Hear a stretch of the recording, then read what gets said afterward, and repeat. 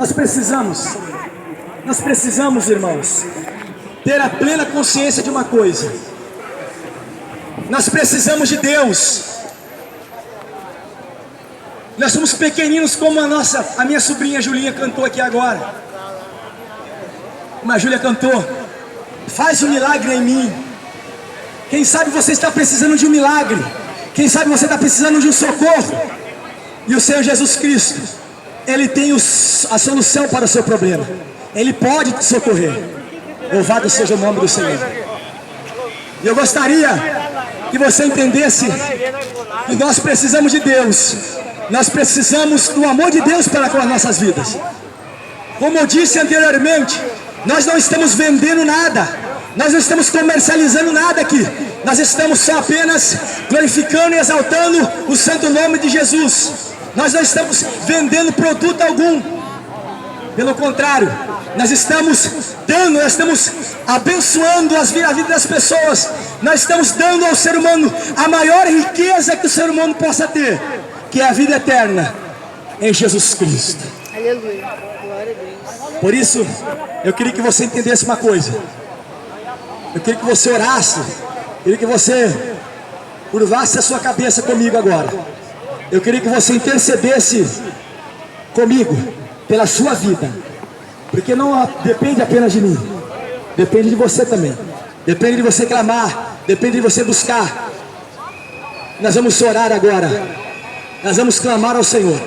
Soberano Deus e eterno Pai, Criador dos céus e da terra. Nós estamos nessa manhã, Senhor, nessa praça, ó Pai querido, clamando na sua autoridade, Senhor, debaixo da tua graça, debaixo, Pai querido, do teu amor, debaixo, ó Pai querido, da tua presença. Nós estamos nessa tarde, essa manhã, Senhor, te agradecendo por tudo quanto o Senhor tem operado nas nossas vidas, por tudo quanto o Senhor tem manifestado neste lugar, por todas as vidas que foram impactadas pela tua palavra, Senhor, por todas as pessoas que foram, ó Pai querido, tocadas pelo teu Espírito Santo. Ó Deus bendito e eterno, nós estamos aqui nesta hora, Senhor, porque nós cremos que tu és o Deus que pode operar um milagre na vida dessas pessoas, na vida dessas pessoas aqui nessa praça, Pai querido. Por isso que nós viemos aqui, porque nós cremos que só tu podes operar um milagre na vida do ser humano, que só tu podes transformar a vida do ser humano, Senhor.